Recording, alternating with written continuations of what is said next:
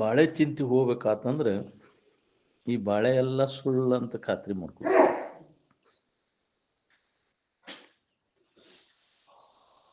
ಇದ್ರಾಗ ಸುಳ್ಳು ಐತಿ, ಇದ್ರಾಗ ಎಳಷ್ಟು ಸುಖ ಇಲ್ಲ ಅಂತ ಖಾತ್ರಿ ಆದ ಚಿಂತೆ ಕಡಿತೈತಿ.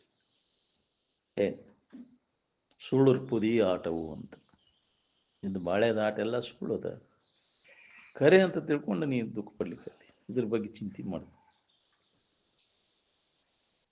ಕನಸಿನ ಬಗ್ಗೆ ಯಾರ ಚಿಂತೆ ಮಾಡ್ತಾರ? ಕನಸಿನಿಂದಾಗ ಎಚ್ಚರ ಆದವ ಕನಸಿನ ಬಗ್ಗೆ ಯಾಕೆ ಚಿಂತೆ ಮಾಡ್ತಾನ?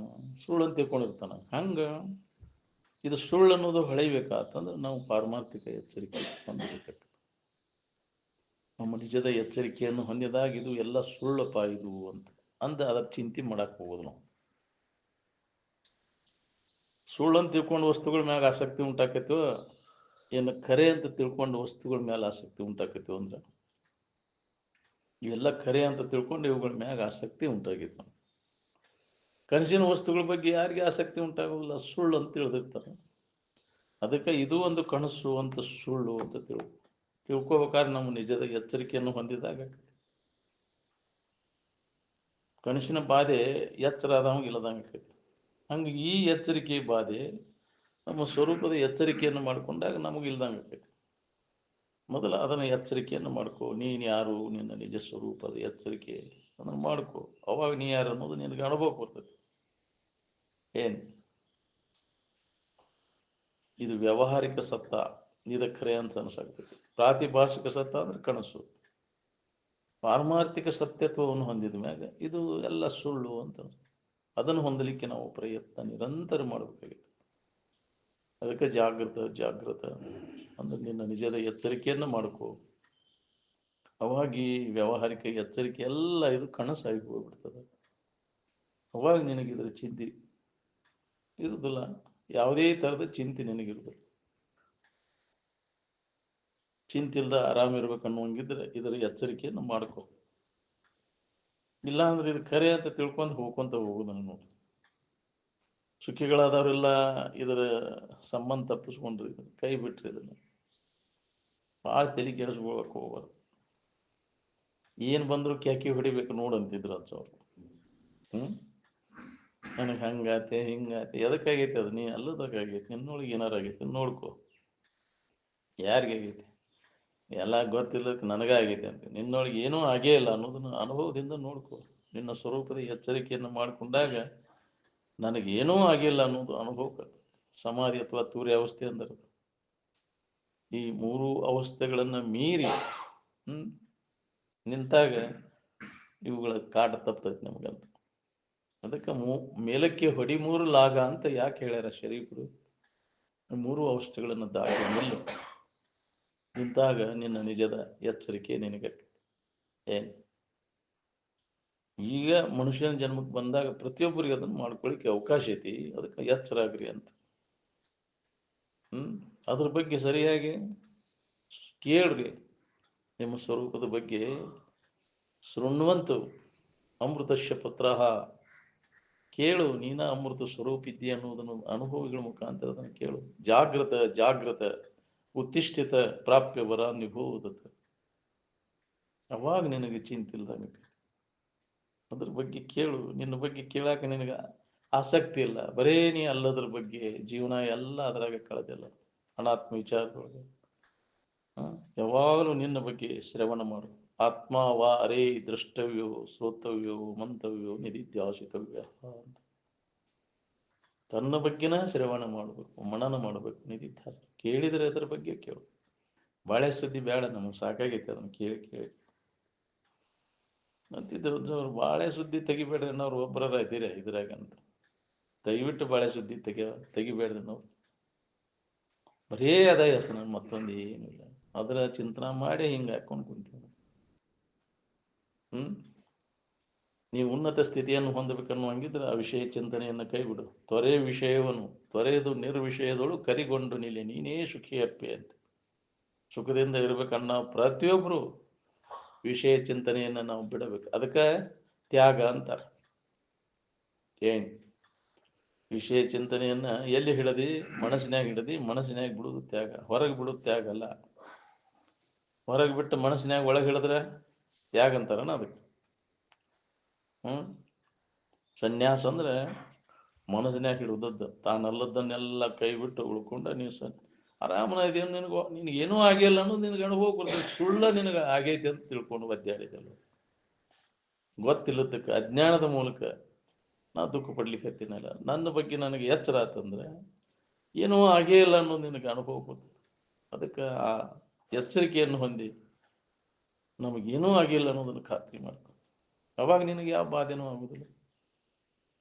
ಬಾಧೆ ತನ್ನೊಳು ತೋರದು ಪರಮಾರ್ಥ ಬೋಧೆ ನೆಲೆಗೊಂಡು ನಿಂದ ಮೇಲೆ ಅಂದ್ರೆ ನಿನ್ನ ನಿಜದ ಎಚ್ಚರ ಆತಂದ್ರೆ ಯಾವುದೇ ಥರದ ಬಾಧೆ ನಿನಗಾಗುವುದಿಲ್ಲ. ಅದಕ್ಕೆ ಮೊದಲು ಆ ಎಚ್ಚರಿಕೆಯನ್ನು ಮಾಡ್ಕೊ. ಎಲ್ಲ ಹುಚ್ಚರಂಗ ತಿರುಗು ಪಾಳೆ ಬರ್ತೈತಿ ಎಚ್ಚರ ಆಗಲಿಲ್ಲ ಅಂತ. ಅದಕ್ಕೆ ಪದ ಅಂತೀರ, ಎಚ್ಚರ ಆಗೋ ಹುಚ್ಚಿ ನೀನು ಅಂತ. ಈಗ ಪಾರಾಗಿದ್ರಿಂದ ಅಂತ. ಭಾರತ ಗೆಳತಿ ಬಂದಾಳ ಊರಿಗೆ, ಬಂದ ಸಿಕ್ಕಾಳ ಸವಿ ಬಾವಿ ನೀರಿಗೆ. ಪದ ಅನ್ನೋದಿಲ್ಲ, ಭಜನಿ ಪದ ಅಂತಿದೆಯಲ್ಲ. 6 ಮಂದಿ ಕಾವಲುಗಾರು ದಾರಿ ದಾರಿಗೆ.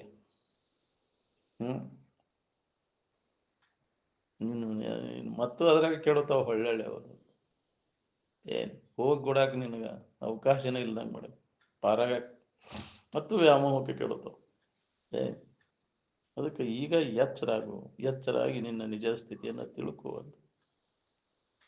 ಮನುಷ್ಯನ ಜನ್ಮಕ್ಕೆ ಬಂದಾಗ ಈ ಲಾಭವನ್ನು ಮಾಡ್ಕೊ, ನಿನ್ನ ಸ್ವರೂಪ ಜಾಗೃತಿಯನ್ನು ಮಾಡ್ಕೋದು. ಇಲ್ಲ ಅಂದ್ರೆ ವ್ಯರ್ಥ. ಇದ ಲಾಭ, ಮನುಷ್ಯನ ಜನ್ಮಕ್ಕೆ ಬಂದದ ಲಾಭ. ನಮ್ಮ ನಿಜ ಎಚ್ಚರಿಕೆಯನ್ನು ಮಾಡ್ಕೊಳ್ಳೋ ಸಂಬಂಧ ನಾವು ಬಂದದ್ದಿಲ್ಲ. ಅದಕ್ಕಾಗಿ ನಾವು ಈ ವ್ಯವಸಾಯವನ್ನು ಮಾಡಬೇಕಾಗಿತ್ತು. ನಮ್ಮ ಬಗ್ಗೆ ನಾನು ಯಾರಿದ್ದೇನೆ ಅನ್ನೋದ್ರ ಬಗ್ಗೆ ಶ್ರವಣ ಮನನ ನಿಧಿಧ್ಯಾಸನದ ಅಭ್ಯಾಸದೊಳಗೆ ತೊಡಗಬೇಕು. ಒಂದು ಹೊತ್ತು ಊಟ ತಪ್ಪಿದ್ರೂ ಚಿಂತಿಲ್ಲ, ಇದನ್ನು ಹೇಳುವುದು ಕೇಳುವುದು ಬಿಡಬಾರ್ದು ಅಂತ ನಿರಂತರವಾಗಿ ನಡಿಬೇಕಿತ್ತು. ಅಂದ್ರೆ ಏನಾರ ಈ ಸಂಸ್ಕಾರ ಗಟ್ಟಿ ಆಕೈತಿ, ಅದು ಮುಂದುವರೆದು ನಿನ್ನನ್ನು ಉನ್ನತ ಸ್ಥಿತಿಗೆ ಒಯ್ದು ಮುಟ್ಟಿಸ್ತೈತಿ. ಬಿಟ್ಟೆ ಅಂದ್ರೆ ಹೊಂಟೀನಿ ಅಂತ. ಇದನ್ನು ಅಧ್ಯಾತ್ಮವನ್ನು ನಿನ್ನ ಬಗ್ಗೆ ಹೇಳೋದು ಕೇಳೋದು ಬಿಟ್ಟೆ ಅಂದ್ರೆ ಜನ್ಮ ಜನ್ಮಾಂತರ ನರಕಕ್ಕೆ ಹೊಂಟೀನಿ. ಇದ್ರಾಗ ಏನೈತಿ ನಾನು ಇದ ಬಾಳೆದಾಗ ಸುಖ ಐತಿ ಅಂತ ತಿಳ್ಕೊಂಡವ್ರಿಗೆ ಏನು ಹೇಳಿದ್ರು ತಿಳಿದ್ರು. ಅವ್ರಿಗೆ ಶರೀರ ಹೋಗೋ ಮಟ್ಟ ಇದ್ರಾಗ ಸುಖ ಬುದ್ಧಿ ಗಟ್ಟಿಯಾಗಿರೋದ್ರಿಂದ ಏನು ಹೇಳಿದ್ರು ಅದು ಪ್ರಯೋಜನ ಆಗುತ್ತೆ. ಬರೀ ಅದಕ್ಕೆ ಬಡ್ಕೊತಾವ, ಮತ್ತೊಂದು ಹೆಸನೇ ಇಲ್ಲ. ನಾವು ನಿಜವನ್ನು ತಿಳಿದವ ಎಲ್ಲದರ ಬಗ್ಗೆ ಉದಾಸೀನ ಆಗಿಬಿಡ್ತಾನೆ.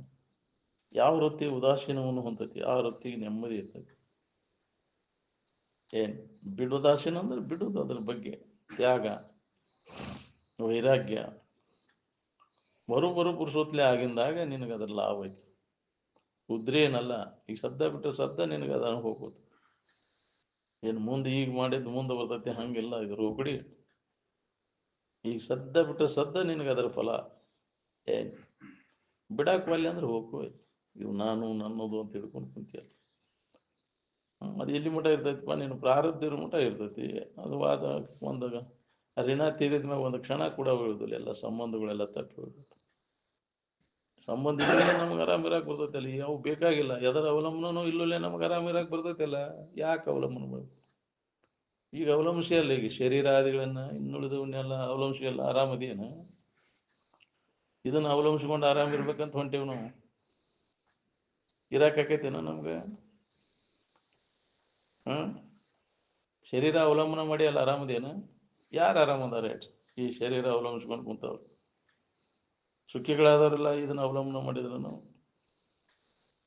ಬೇಕಾಗಿಲ್ಲ, ಇವಿಲ್ಲೇ ನಮ್ಗೆ ಆರಾಮ್ ಇರಾಕ್ ಬರ್ತೈತಿ. ತಗೊಂಡು ಹೋಗೋ ಬೋಕಿ ನೀನು. ಅಲ್ಲಂ ಪ್ರಭುಗಳು ಹೇಳಿದ, ನಿನ್ನ ಮಾಯಿ ಅಂಶ ತಗೊಂಡು ಹೋಗು. ನಾ ಇಲ್ಲೂ ನನ್ನ ಆಧಾರದ ಮೇಲೆ ನೀ ಅದಿ, ನಿನ್ನ ಆಧಾರದ ಮೇಲೆ ನಾನಿಲ್ಲ. ಎಲ್ಲದಕ್ಕೂ ನನ್ನ ಆಧಾರ ನಾ ಇದ್ದಾಗ ನೀನು, ನೀ ಇದ್ದಾಗ ನಾ ಅಲ್ಲ. ತಾನುಳುಡುಂಟು ಜಗವಿದು, ತಾನಿಲ್ಲವು ಅರಿದಂದು ನಿಜದಲ್ಲಿ.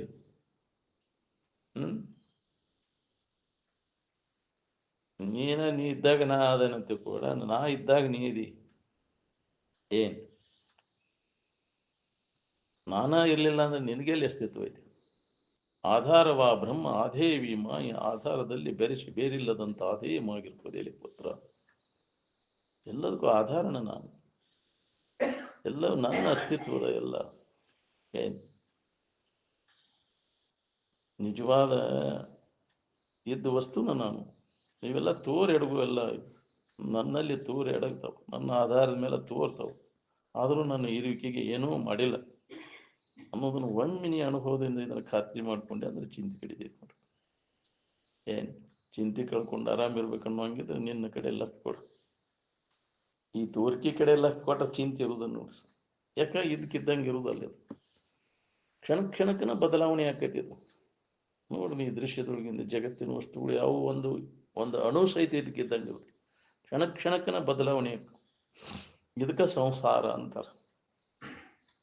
ಬದಲಾವಣೆ ಹೊಂದೋದು ಯಾವುದೈತಿ ಅದಕ್ಕೆ ಸಂಸಾರ ಅಂತ. ಸಂಸರತಿ ಇತಿ ಸಂಸಾರ ಅಂತ. ಅದನ್ನು ಅವಲಂಬಿಸಿಕೊಂಡು ಸುಖ ಹೊಂದಬೇಕನ್ನೋ ನಾವು ಸಂಸಾರಿ. ಸಂಸಾರಿ ಅಂದ್ರೆ ಬರೀ ಹೆಂಡ್ರು ಮಕ್ಕಳು ಇದ್ದವಂಗಷ್ಟ ಅಂತ ನಾವು ತಿಳ್ಕೊಂಡೇವಿ. ಇದನ್ನ ಹಿಡ್ಕೊಂಡು ಕುಂತಿಯಲ್ಲ, ನಾ ಸನ್ಯಾಸಿ ಇದೀನಿ, ನಾನು ಇದೀನಿ ಸೋಗ ಹಾಕೊಂಡು ಕುಂತಿಯಲ್ಲ, ನೀನು ಸಂಸಾರಿನ. ಜಗತ್ತಿನಂದು ಏನೂ ಅವಲಂಬನ ಮಾಡಲೇ ಇದ್ದವ ಸನ್ಯಾಸಿ. ಈ ತೋರಿಕೆ ಒಳಗಿಂದ ಅವಲಂಬನ ಮಾಡ್ಕೊಂಡವ್ರು ಎಲ್ಲರೂ ಸಂಸಾರಿಗಳ. ಹಿಡ್ದೇ ಅಲ್ಲ ಈಗ ಶರೀರ ನಾನು ಅನ್ನೋದು ಹಿಡ್ದೇ ಇಲ್ವ, ನೀನು ಸಂಸಾರಿನ. ಅಲ್ಲಿ ಬಿಟ್ಟು ಇಲ್ಲಿ ಬಂದಿ ಹಾಗ್ರಿ. ಅದನ್ನು ಬಿಟ್ಟು ಇದನ್ನು ಬಂದು ಏನು ಹೊಂದಿದ್ದೀನಿ ಇಲ್ಲಿ ಹೆದರಿ ಬಂದಿ. ಅದಕ್ಕೆ ಯಾಕ್ರಿ ಅದು ಹೆಂಗಾಕೈತಿ ಅಂತ ಅಂದ ಅಜ್ಜಾರು ಹೇಳಿದ್ರು. ಹುಚ್ಚಿಗೆ ಎದುರು ಹೇಲಾಗಿ ಬಿತ್ತಲೇ ಇದಂತ. ಮನಿ ಇದಕ್ಕೆ ಹೆದರ್ಕಾರ ಮಠ ಸೇರಿತಂದ್ರೆ ಹುಚ್ಚಿಗೆ ಎದುರು ಹೇಲಾಗಿ ಬಿದ್ದಂಗೆ ಆಗ್ತದೆ. ಅದು ಆಡಂಬರಣ ಅಲ್ಲ, ಇಲ್ಲಿ ಇವ ಅಲ್ಲ. ಇಲ್ಲಿ ನನ್ನ ಮಠ ನನ್ನ ಇದು ಅಂತ ಹಿಡ್ಕೊಂಡು ಕೂತ ನಿನಗೆ ಸಮಾಧಾನ ಇರ್ತದೆ. ತ್ಯಾಗ ಬುದ್ಧಿ ಬರೋದಿಲ್ಲ, ಬರೀ ಇಸ್ಕೊಳ್ಳೋದಷ್ಟ ಕಲಿತೀನಿ ಇಲ್ಲಿ ಬಂದೆ ಅಂದ್ರೆ. ಆ ಸ್ಥಾನದೊಳಗೆ ಗೃಹಸ್ಥಿದ್ದಾಗ ತ್ಯಾಗ ಮಾಡ್ಬೇಕಪ್ಪ, ನಂದು ಏನಾರ ಮುಟ್ಟಿಸ್ಬೇಕು ಅನ್ನೋ ಭಾವ ಆಗ್ತದೆ. ತ್ಯಾಗ ಬುದ್ಧಿ ನಾವು ಕಲಿಬೇಕಂದ್ರೆ ಗೃಹಸ್ಥ ಆಗಬೇಕಾಗ್ತದೆ. ಗೃಹಸ್ಥ ಆದಾಗ ಸನ್ಯಾಸಿ ಆಗಾಕ ಬರ್ತೈತಿ. ಒಮ್ಮಿಗ್ಲೇ ಸನ್ಯಾಸಿ ಆಗಿಬಿಟ್ರೆ ಬಾವುಗ ಹಾಕೊಂಡು ಕುಂಡಿರ್ತಾವ. ನೋಡ್ರಿ ನೀವು ಮಠ ಮಾನ್ಯಗಳೆಲ್ಲ ಈಗ ಒಮ್ಗಿಲೆ ಪಟ್ಟ ಸನ್ಯಾಸಿ ಮಾಡಿಬಿಟ್ರು ಅಂದ್ರೆ ಅವ್ನು ಅನುಭವ ಇಲ್ಲ ಏನಿಲ್ಲ, ಒಮ್ಗಿಲೆ ಸನ್ಯಾಸಿ ಬಾವುಗ ಹಾಕೊಂಡು ಕುಂಡಿರ್ತಾರೆ.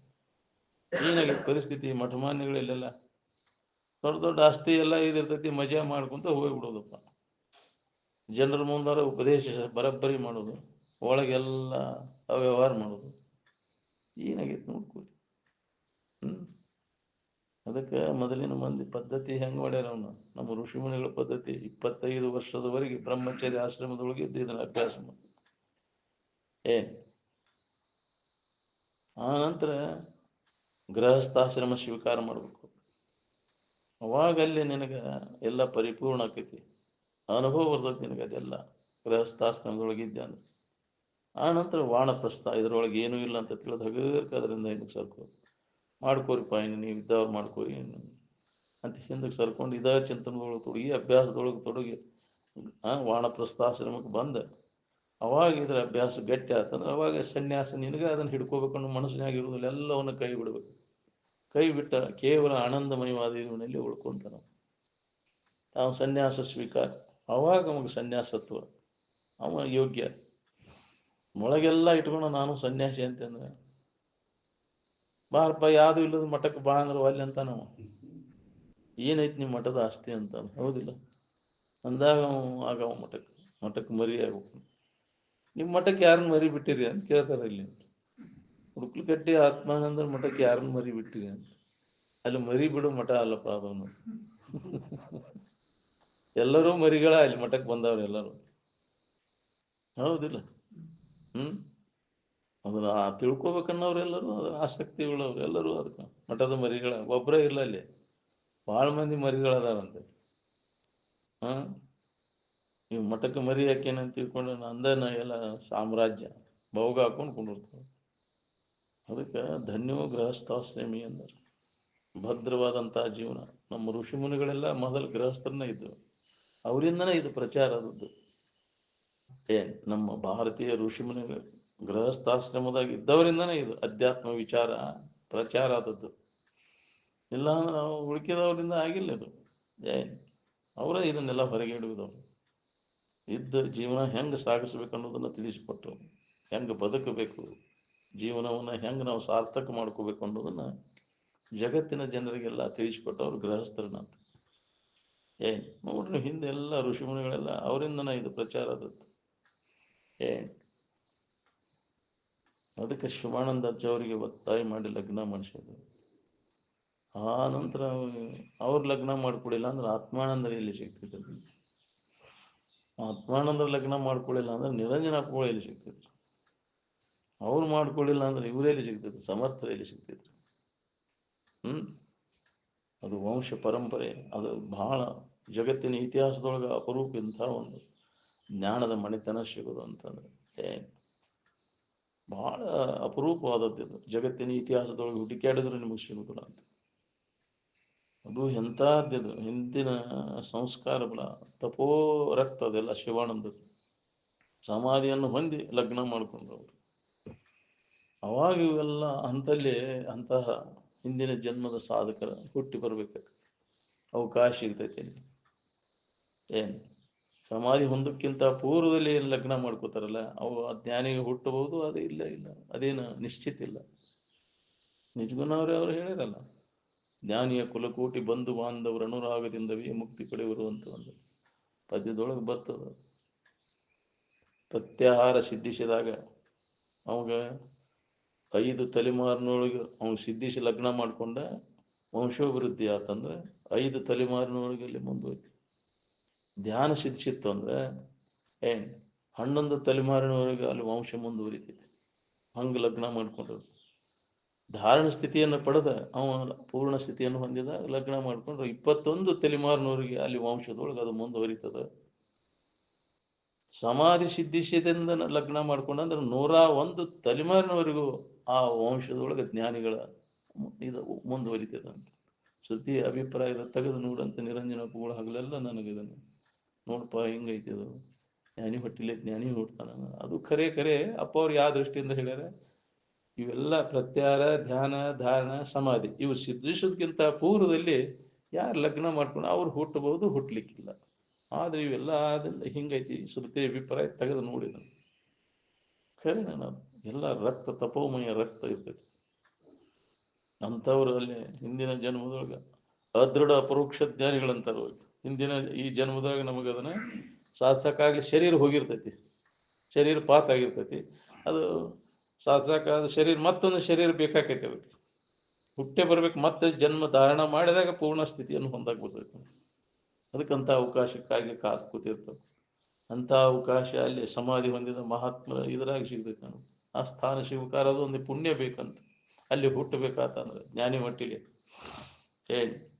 ಅಂತಹ ಸಮಾಧಿ ಹೊಂದಿದ ಮಹಾತ್ಮರ ಜಗತ್ತಿನ ಇತಿಹಾಸದೊಳಗೆ ಶಿವಾನಂದರು ಇರುತ್ತೆ. ಸಾಮಾನ್ಯ ಜನರಿಗೆ ಏನು ಹುಡುಕೊಂತ ಹೋಗಿ ನೀವು ಜಗತ್ತಿನ ಇದ್ರ ಸಿಗುದಿಲ್ಲ ನಿಮಗೆ. ಇಂಥದ್ದೊಂದು ಒಂದು ಸ್ವಲ್ಪ ಬದಲಾವಣೆ ಇಲ್ಲ. ಏನು ಶಿವಾನಂದಜ್ಜವರು ಏನು ಆ ವಿಚಾರ ಧಾರೆ ಅದಾವ, ಸೇಮ್ ಆತ್ಮಾನಂದ ಪೂರ್ವ ಅದನ್ನು ಮುಂದುವರ್ಸಿದ್ರು. ನಿರಂಜನಪ್ಪ ಸಮರ್ಥಿ ಪಂಡಿತರು ಅದನ್ನು ಮುಂದುವರ್ಸ್ಕೊಂಡು ಒಂದೀಟರ ಬದಲಾವಣೆ ಆಗುದಿಲ್ಲ. ಅದ್ರ ಅನುಭವ ಎಲ್ಲ ಒಂದದ. ಶರೀರ ಪ್ರಾರಬ್ಧ ಭಿನ್ನ ಭಿನ್ನ ಆಗ್ಬೋದು, ಅದು ಸ್ಥಿತಿ ಒಂದೈತಿ. ಆ ಜ್ಞಾನದ ಸ್ಥಿತಿ ಏನೈತಿ ಅಲ್ಲಿ ಎಲ್ಲರಿಗೂ ಒಂದು ಅನುಭವ ಬರುತ್ತೆ. ಅದನ್ನು ಜಗತ್ತಿನ ಕಲ್ಯಾಣ, ಈ ನಾಡಿನ ಜನರ ಕಲ್ಯಾಣಕ್ಕಾಗಿ ಇನ್ನೂ ಒಂದು ಮಹಾತ್ಮರ ವಂಶ ಪರಂಪರೆ ಅದು ಮುಂದುವರೆದ. ನಮ್ಮ ಖಾತೆದೊಳಗೆ ಅಕಲ್ಯಾಣ ಅನ್ನೋದ ಇಲ್ಲ ಅಂತಿದ್ರು. ಆದ್ರೆ ಎಲ್ಲರಿಗೂ ಎಲ್ಲ ಜೀವಿಗಳು ಕಲ್ಯಾಣ. ಅಂಥವರಿಗೆ ಸತ್ಪುರುಷರು ಅಂತ ಜಗತ್ತಿಗೆ ಅವರಿಂದ ಕಲ್ಯಾಣಕ್ಕೆ. ಸಾಮಾನ್ಯ ಜನರಿಗೆ ಅದು ಗೊತ್ತಾಗೋದು.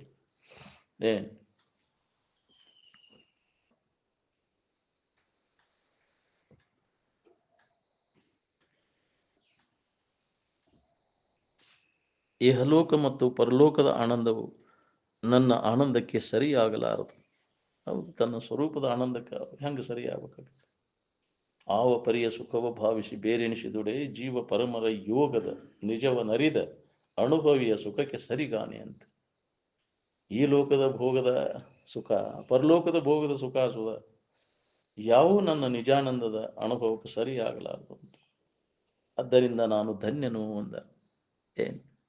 ಆ ಸ್ಥಿತಿಯನ್ನು ಪಡೆದನಲ್ಲ, ಮುನ್ನ ನಾನೇನು ಪುಣ್ಯ ಮಾಡಿದ್ದೆನು ಅಂಥ ಸ್ಥಿತಿಯನ್ನು ಪಡಿಲಿಕ್ಕೆ ಅಂತ ಉದ್ಗಾರ ತೆಗೆದಾರೆ. ಏನು ಈ ಇದನ್ನು ನನಗೆ ನೆನಪಿರ ಬರಬಾರ್ದಂಗೆ ಅವ ಪುಣ್ಯವಂತ, ಬಾಳೆದ ನೆನಪು ಬರ್ಲಾಂಗ ಯಾವ ಇರ್ತಾನೆ ಅವ ಪುಣ್ಯವಂತ ಈ ಜಗತ್ತಿನೊಳಗೆ. ದುಃಖದಿಂದ ತುಂಬಿದ ಸಂಸಾರವನ್ನು ನಾನು ಈಗ ಕಾಣೆನು, ಆದ್ದರಿಂದ ನಾನು ಧನ್ಯನು ಅಂತ. ಇದರ ನೆನಪಾದರೆ ದುಃಖದ ಇದರ ನೆನಪಿರ್ಲಿಲ್ಲ ಅಂದ್ರೆ ನಾವು ಆರಾಮಿರ್ತೇವಂತ. ನೋಡ್ರಿ ನೀವು ನಿದ್ದೆ ಆಗಿದ್ರೆ ನೆನಪು, ತಾತ್ಪೂರ್ತಿಕ ವಿಶ್ರಾಂತಿ ಹೊಂದಿದಾಗ ಇದ್ರೆ ನೆನಪಿಲ್ಲ, ಎಷ್ಟು ಆರಾಮದೀನಿ ಅಂತ. ಮತ್ತೆ ಯಾಕೆ ಎಚ್ಚರ ಆಯ್ತು, ಯಾಕೆ ನೆನಪು ಬಂತಪ್ಪ ಇದು, ಯಾಕಂದ್ರೆ ಮತ್ತಿದು ನೆನಪು ಬಂತು ಅಂತ ನೆನಪಾಗದಂಗೆ ಎಂದ ಮಾಡ್ಕೊಂಡೇನಪ್ಪ ಅಂತ ಹತ್ತಬೇಕು ನೋಡ್ರಿ ಹೊಟ್ಟಿ ಬ್ಯಾಂಕ್. ಎಂದಿಪ್ಪನೋ ನಿಜ ಸುಖದಲ್ಲಿ ಬಹುದೊಂದುಗುವನೆಲ್ಲವನ್ನು ಅಳಿದುಳಿದು ಅಂತ. ಅದಕ್ಕೆ ಮುಮುಕ್ಷತ್ವ ಅಂತಾರೆ. ಅಂಥ ಒಂದು ಉತ್ಕಟ ಇಚ್ಛಾ ಬಂದರೆ ನಮಗೆ ಇದನ್ನು ಹೊಂದಲಿಕ್ಕೆ ಸಾಧ್ಯತೆ. ಎದನ್ನು ನೋಡಕ್ಕೆ ಹೋಗೋದು ನಾವು. ಉತ್ಕಟ ಇಚ್ಛಾ ಇತ್ತಂದ್ರೆ ಮನೆಗೆ ಬೆಂಕಿ ಎತ್ತಿದಾಗ ಯಾರನ್ನೂ ನೋಡಕ್ಕೆ ಹೋಗೋದಿಲ್ಲ, ನಾವು ಒಬ್ಬ ಪಾರಾದ್ರೆ ಸಾಕಂತಾನ, ಹೌದಿಲ್ಲ? ಮಕ್ಕಳು ನೋಡೋದಿಲ್ಲ, ಯಾರು ನೋಡೋದಿಲ್ಲ, ನಾನ ಮೊದಲು ಪರಾರ ಯಾಕಂತಾನ, ಹೌದಿಲ್ಲ? ಹೆಂಗೆ ಉತ್ಕಟ ಇಚ್ಛಾ ಆಕತಿ ಹಂಗೆ ಮುಮುಕ್ಷತ್ವ ಅಂತಂದ್ರೆ ಈ ಜಗತ್ತಿನ ಎದನ್ನೂ ನೋಡಕ್ಕೆ ಹೋಗೋದು ನಾವು. ಯಾವಾಗ ಇದರಿಂದ ನಾನು ಪಾರಾದೇನಪ್ಪ ಅಂತ. ಘೋರ ಭವಮಾಲಿ ಗಳಿಕೆ ಆರಿಂದ ತೊಲಗುವುದೆಂದು ಚಾರು ಗುರು ಪದವಿಡಿ. ಅಂಥ ಒಂದು ಗುರುಗಳ ಮಾರ್ಗದರ್ಶನ ಪಡುತ್ತೆ. ಯಾವಾಗ ಇದರಿಂದ ನಾನು ಪಾರಾದೇನಪ್ಪ ಅಂತ ಉತ್ಕಟ ಇಚ್ಛೆ ಉಳ್ಳ ಮುಮುಕ್ಷು ಅಂತಾರೆ. ಇದು ಬರೋದು ಭಾಳ ಕಠಿಣದ, ಮುಮುಕ್ಷತ್ವ ಬರೋದು. ಹಿಂದಿನ ಜನ್ಮ ಸಂಸ್ಕಾರ ಪುಣ್ಯ ಒದಗಿ ಬಂದಾಗಿದ್ದು ಮುಮುಕ್ಷತ್ವ ಬರ್ತದೆ, ಇಲ್ಲ ಅಂದ್ರೆ ಬರೋದಿಲ್ಲ.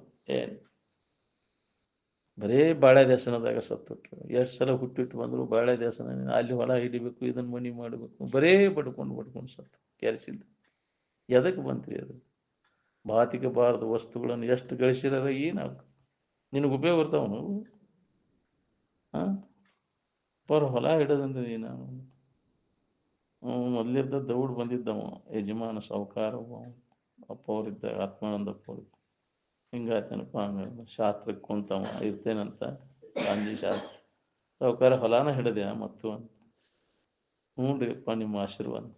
ಮತ್ತು ಮನ್ನ ಹಿಡಿದೆ, ನಿನಗೆ ಬೇಕಾದದ್ದೇನು ಹಿಡಿಲಿಲ್ಲ ನೀನು, ಆ ಸುಖ ಏನು ಹಿಡಿಲಿಲ್ಲ, ಮತ್ತು ಹೊಲಾನ ಹಿಡಿದೆ ನೀನು. ಸುಖ ಸಿಗ್ತೈತೆ ಅಂತ ಹಿಡಿದಿ, ಸುಖ ಹೊಂದಿದ್ದೇನೆ. ಎಂತೆಂಥವ್ರು ಆಗ್ಬೇಕಾರ ಈ ಭೂಮಿ ಮ್ಯಾಗ, ಅದನ್ನ ಹಿಡ್ದವ್ರು ಏನಾಗ್ಯಾರ?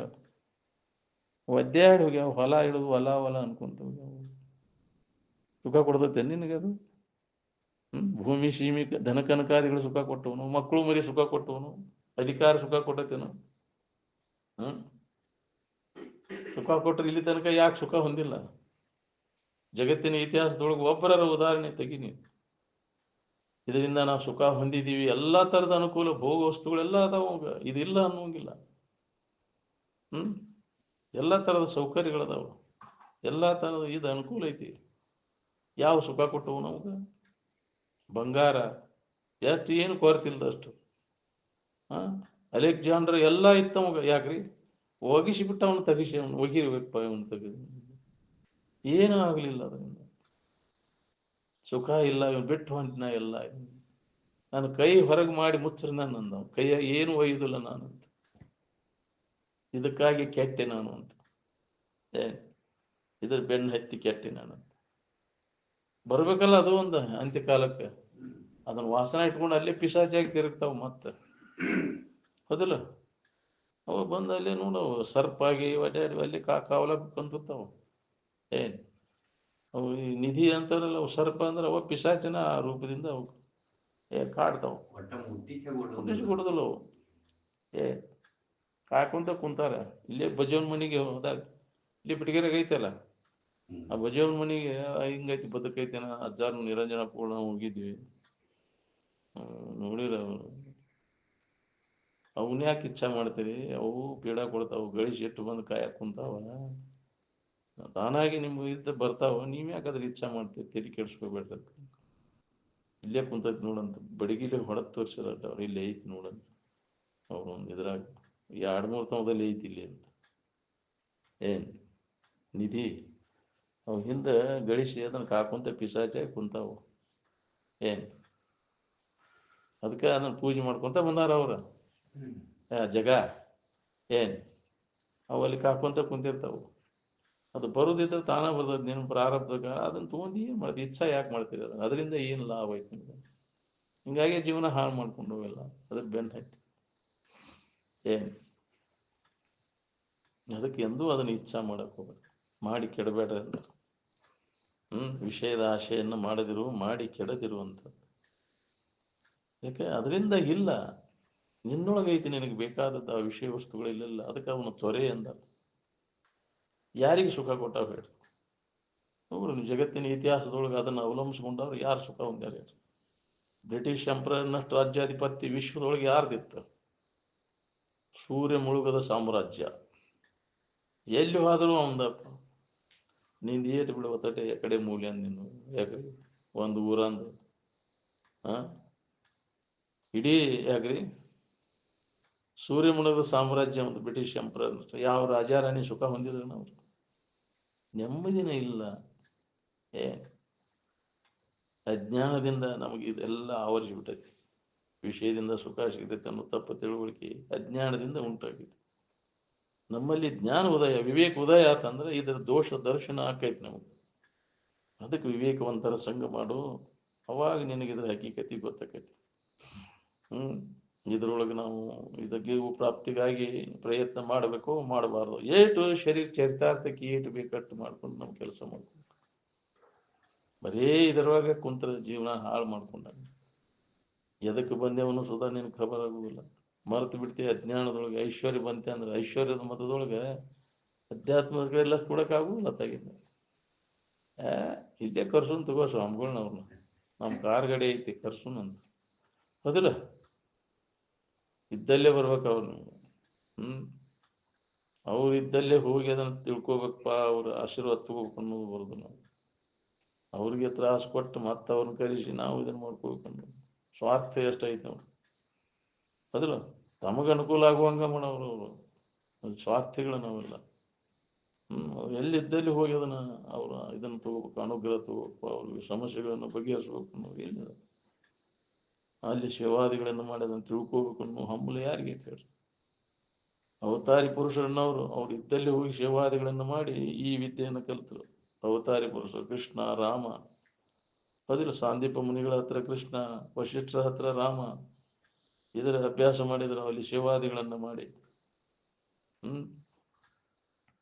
ಹಂಗ ಸಿಗ್ತೈತೇನೆ ಇದು ಸೇವೆ ಸತ್ಕರ್ಮಗಳಿಲ್ಲದೆ ಎತ್ತನದ ಮುಕ್ತಿ ಅಂತ.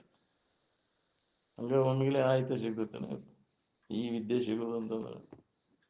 ಅದು ಇದಕ್ಕೆ ನಿರಂತರ ಪರಿಶ್ರಮ ಐತಿ.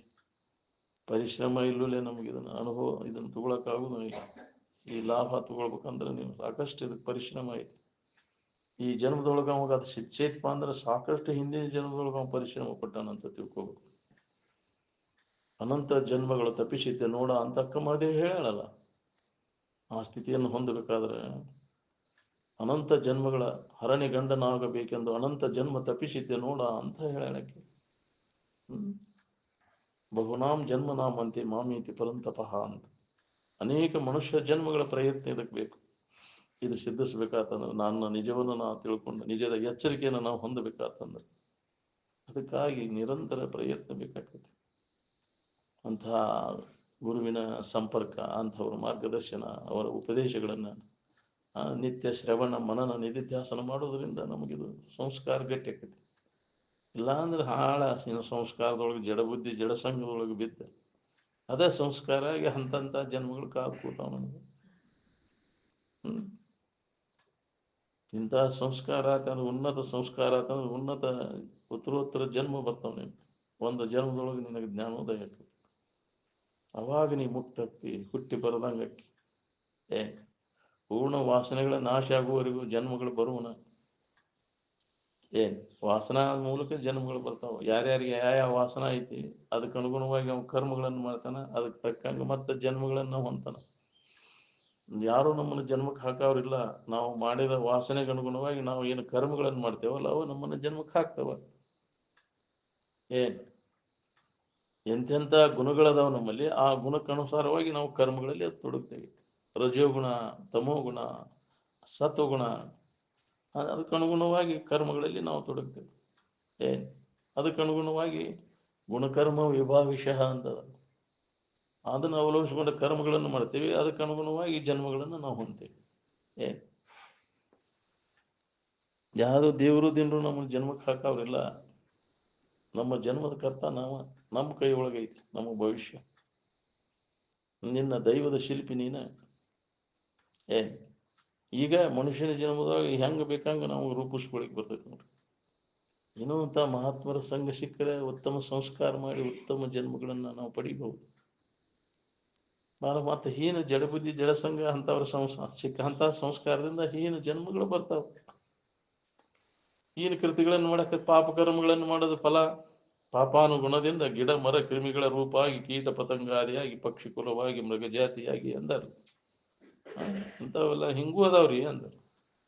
ಇದೈತಿ ಜೀವನ ಎಲ್ಲ ಹಿಂಗೆ ನಾವು ಮಾಡಿದ ಕರ್ಮಕ್ಕನುಸಾರವಾಗಿ ಎಲ್ಲ ಜನ್ಮಗಳು ಬರ್ತಾವ. ಗಿಡಗಳು ಅವು ಗಜಬ್ ನಿಂತಾವ, ತೆಲಿ ತೆಳಗ್ ಮಾಡಿ ಮುಕುಳಿ ಮ್ಯಾಲ ಮಾಡಿ ನಿಂತಾವ. ಅವು ಪಾಪ ಕರ್ಮದ ಫಲದಿಂದ ಏನು ಅವು ಜನ್ಮ. ಅವು ಪರೋಪಕಾರಕ್ಕಾಗಿ ಏನು ಸ್ವಾರ್ಥ ಇಲ್ಲವೇ ಅವು ಇನ್ನೊಬ್ಬರಿಗೆ ಉಪಕಾರ ಮಾಡ್ತಾವು. ಅನ್ನ ತಾವ ತಿಂತಾವ ನಾವು ಅದನ್ನು ಮಾಡಿ ಅವು ಜನ್ಮವನ್ನ ಇದನ್ನ ದೋಷ ಕಳ್ಕೋತಾವು. ಏನು ನದಿಗಳು ತಾವ ನೀರು ಕುಡಿತಾವನ. ಹಂಗೆ ಪರೋಪಕಾರಕ್ಕಾಗಿ ಆಗ್ಬೇಕು ನಮ್ಮ ಜೀವನ. ಪರೋಪಕಾರಾರ್ಥಮಿದಂ ಶರೀರಂ ಅಂತ ಅಂದ್ರಾಗ ಜನ್ಮ ಧಾರಣ ಮಾಡಿದ್ದು ಸಾರ್ಥಕ. ಒಂದು ಪಾವನೆಯರ ಇನ್ನೊಬ್ಬರ ಹಿತಕ್ಕಾಗಿ ಖರ್ಚು ಮಾಡೋರದಿರ. ಇದ್ರಾಗ ಬರೀ ಹೆಂಡ್ರು ಮಕ್ಕಳು ಗುಜರಾಣಿ ಎಲ್ಲರೂ ಮಾಡ್ತಾರೆ. ಏನು ದೊಡ್ಡ ಕೆಲಸ ಮಾಡಿದ್ರು ನನ್ನ ಮಕ್ಕಳು ನೀವು ಅಂತ. ಈ ಸಂಕುಚಿತ ದೃಷ್ಟಿ ಹೋಗ್ಬೇಕು ನೋಡಿ, ವಿಶಾಲ ದೃಷ್ಟಿ ಬರ್ಬೇಕು. ಎಲ್ಲವೂ ನನ್ನ ಸ್ವರೂಪನಾದ, ಇಡೀ ವಿಶ್ವನ ನನ್ನ ಸ್ವರೂಪದ.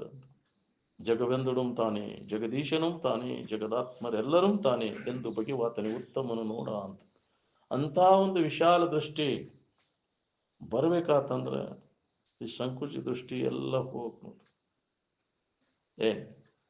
ಇಷ್ಟ ಸೀಮಿತ ಇದು. ನಾವು ಸೀಮಿತ ಇದ್ರೊಳಗದೆ ನಾವು ಅದು ಸೀಮಾತೀತ ಆಗ್ಬೇಕಾಗಿತ್ತು. ಭೂಮಾ ಅಂದ್ರೆ ವ್ಯಾಪಕವಾದದ್ದು. ಸೀಮೋಲ್ಲಂಘನೆ ಅಂತ ಅದಕ್ಕೆ ಅಂದಾಗ ಕರಿ ಹರಿತೈತೆ. ಕರಿ ಹರಿಬೇಕಾದ್ರೆ ಸೀಮೋಲ್ಲಂಘನೆ ಮಾಡ್ಬೇಕಾದ್ರೆ ಇದನ್ನು ಬಿಡ್ಬೇಕು. ಇದನ್ನು ಸೀಮಿತ ಭಾವ ಪರಿಚ್ಛಿನ್ನತ್ವ ಭಾವನೆಲ್ಲ ಬಿಟ್ಟಾಗ ಸೀಮೋಲ್ಲಂಘನ ಮಾಡಕ್ ಬರ್ತೈತಿ. ವ್ಯಾಪಕವಾದಂಥ ಇರುವಿನ ಅನುಭವ ಮಾಡ್ಕೊಳಕ್ ಬರ್ತೈತಿ. ವೃತ್ತಿ ಎಷ್ಟು ಸಂಕುಚಿತ ವೃತ್ತಿ ಹೋಗಿ ಬ್ರಹ್ಮ ಎಷ್ಟು ವ್ಯಾಪಕದಷ್ಟು ವೃತ್ತಿ ಆದಾಗ ಬ್ರಹ್ಮದ ತಿಳುವಳಿಕೆ ನಮಗೈತಿ. ವೃತ್ತಿ ಬ್ರಹ್ಮಾಕಾರ ಆಗ್ಬೇಕಂದ್ರೆ ಸಂಕುಚಿತ ವೃತ್ತಿ ಎಲ್ಲ ಹೋಗ್ಬೇಕಾಗೈತಿ. ಇಷ್ಟ ನಮ್ದಂತ ಇಷ್ಟ ಪರಿಧಿ ಒಳಗದೇವು ನಾವು. ಅದಿಲ್ಲ ಇವ್ರು ನಮ್ಮವ್ರ ಮನೆಯನ್ನವ್ರ ಬಗ್ಗೆ ಅಷ್ಟ, ನಮ್ಮ ಸಂಬಂಧಿಕರ ಬಗ್ಗೆ ಅಷ್ಟೇ ನೀ ಪರಿಧಿ ಐತಿ. ಮತ್ತೊಬ್ಬರ ಬಗ್ಗೆ ದ್ವೇಷ ಮಾಡ್ತೇವೆ. ಅದಿಲ್ಲ ನಮ್ಮ ಊರಂತ ಅಲ್ಲೇ ಒಂದು ಮತ್ತೆ ವಿಷಯ ಊರನ್ನವ್ರೆಲ್ಲ ಅಂತ ಬರ್ತೈತಿ. ಮತ್ತೊಂದು ಊರನ್ನವ್ರು ಬಂದ್ ಕೂಡಲೇ ಊರದ ಅಭಿಮಾನ ಹಿಡಿತಿ. ಅದನ್ನು ಅದು ದೇಶದ ಅಭಿಮಾನ ಹಿಡಿತಿ. ಮತ್ತೊಂದು ದೇಶದವ್ರ ಬಗ್ಗೆ ದ್ವೇಷ ಮಾಡ್ತೀನಿ. ಎಲ್ಲ ಅಭಿಮಾನ ಕೈ ಬಿಡುತ್ತೆ. ಇಡೀ ವಿಶ್ವವೇ ನನ್ನ ಕುಟುಂಬ. ವಿಶ್ವ ಕೌಟುಂಬಿಕನಾಗಿ ಜೀವನ ಸಾಗಿಸುವುದು ಅಂದ್ರೆ ಸಾಮಾನ್ಯ ಕೆಲಸ ಅಲ್ಲ. ಮಾನವ ಕುಲವೇ ನನ್ನ ಕುಟುಂಬ, ವಿಶ್ವವೇ ನನ್ನ ಮನೆ. ಹೇಳ್ಯಾರಲ್ಲ ಬಸವಣ್ಣ ಹೇಳ್ಯಾರಂತೇಳಿ. ಅದಕ್ಕಿಂತ ಮೊದಲು ಹೇಳ್ಯಾರ. ಬಸವಣ್ಣ ಹೇಳಿದ್ದ ಅಷ್ಟ ಅಲ್ಲ, ಅದಕ್ಕಿಂತ ಮೊದಲು ಹೇಳಿದ್ದ. ನಾನು ಹೊಸದಾಗಿ ಏನು ಹೇಳಿಲ್ಲ ಬಸವಣ್ಣ. ಹಿಂದಿನ ಋಷಿಮುನಿಗಳು ಹೇಳಿ ಇಟ್ಟದ್ದನ್ನ ಅದು ಎಂದಿನಿಂದನೂ ಅದು ಭಾರತೀಯ ಸಂಸ್ಕೃತಿ. ಅಂತ ವ್ಯಾಪಕ ದೃಷ್ಟಿ ಐತೆ ಅವರಲ್ಲಿ ಇತ್ತು. ಈಗ ಆ ಕಡೆ ಲಕ್ ಕೊಟ್ರೆ ಎಲ್ಲರಿಗೂ ಅದ ಅನುಭವ ಬರ್ತೈತಿ. ಎಲ್ಲವೂ ನನ್ನದ ಅದ, ಹೊರಗಿನ ಯಾರದಾರ. ಆತ್ಮವತ್ ಸರ್ವಭೂತೇಶು ಯಹ ಪಶ್ಯತಿ ಸಹ ಪಂಡಿತ ಅಂತ. ಎಲ್ಲರಲ್ಲಿ ನಾನದೇನೆ. ಸರ್ವೇಶಾಂ ಹೃದಯೇಶಿ ತಿಷ್ಠತಿ ಅಂತ. ಎಲ್ಲರ ಹೃದಯದಲ್ಲಿ ನಾನದೇನೆ ಅಂತ. ಪರಬ್ರಹ್ಮ ಸ್ವರೂಪ ಎಲ್ಲರಲ್ಲಿ ಅದು ಐತಿ. ನಾವು ಅದನ್ನು ಮರೆತು ಬಿಟ್ಟೇವಿ. ಮರೆತು ಸಂಕುಚಿತ ದೃಷ್ಟಿ ಒಳಗೆ ಇಳಿದ ರಾಗದ್ವೇಷಾದಿಗಳಿಗೆ ಇದಕ್ಕೆ ಒಳಗ ಕುಂತ್ಕುತ್ತೇವೆ. ಇದಿಷ್ಟ ನಂದು ಪರಿಧಿ ಸೀಮಿತ ಇದಕ್ಕೆ ಒಳಪಟ್ಟಿವಿ ಅಂದ್ರೆ ರಾಗದ್ವೇಷಗಳಿಗೆ ಉಂಟಾಕ್ಕವು. ಎಲ್ಲವೂ ನನ್ನದನ್ನೋದ್ರ ಬಗ್ಗೆ ಯಾರೊಳಗೆ ಕೂಡ ದ್ವೇಷ ಮಾಡೋದು. ಈ ವಿಶಾಲ ದೃಷ್ಟಿ ನಮಗೆ ಎಲ್ಲರೂ ನಮ್ಮವ್ರು ಅದರ. ಮನೆಯನ್ನವ್ರು ಅವ ಯಾರ ಅಂತ ಹೇಳಿ ಅವು ನಮ್ಮವನ ಹೊರಗಿನವ ನಾವು.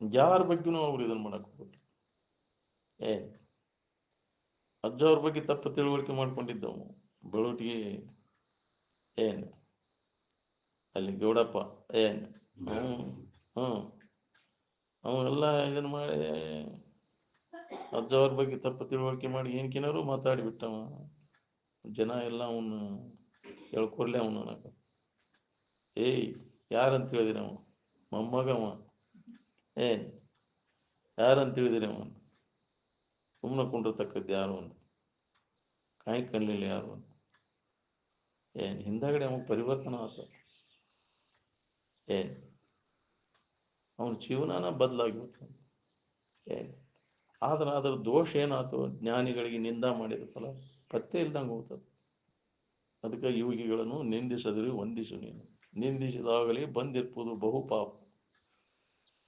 ವಂದಿಸಿದೊಡೆ ಪುಣ್ಯ ಅದಕ್ಕೆ ಯೋಗಿ ವರ್ಣನು ನಿಂದಿಸದಿರಿ ನೀವು ವಂದಿಸುವಂತ ಏನ್ ಅವಾಗ ಅವ್ರಿಗೆ ಪರಿವರ್ತನ ಆಯ್ತು ಕೂಡ ಅವನ ಜೀವನನ ಟರ್ನ್ ಆಯ್ತು ಪಾಪ ಅಪ್ಪ ಅವ್ರಿಗೆ ಹಿಂಗೆ ಅನ್ನಲ್ಲ ನನಗೆ ದೊಡ್ಡ ತಪ್ಪಾಯ್ತು ನನಗೆ ನಾ ಅಲ್ಲಿ ಅವ್ರ ಊರಿಗೆ ಹೋದಾಗ ನನಗೆ ಕರೆಸ್ತಿದ್ದವ ನಾವು ಬಂದಾರ ಅಂದ್ಬಿಟ್ಟೆ ಬಂದು ನಮ್ಮ ಮನ್ಯಾಗ ಊಟ ಮಾಡ್ಬೇಕು ನೀವು ಅಲ್ಲಿ ಹೋಗಿ ನಮ್ಮ ಬೀಗರ ಮನ್ಯಾಗ ಹೋದ್ರೆ ಊಟ ಮಾಡಲ್ಲ ಅವನ ಮನ್ಯಾಗ ಊಟ ಮಾಡ ಅದಕ್ಕೆ ಭಾಳ ಪರಿತಾಪ ಹೊಂದಿದವ ಅಪ್ಪ ಅವ್ರಿಗೆ ಹಿಂಗೆ ಅನ್ನಲ್ಲ ನನಗೆ ದೊಡ್ಡ ತಪ್ಪಾಯ್ತು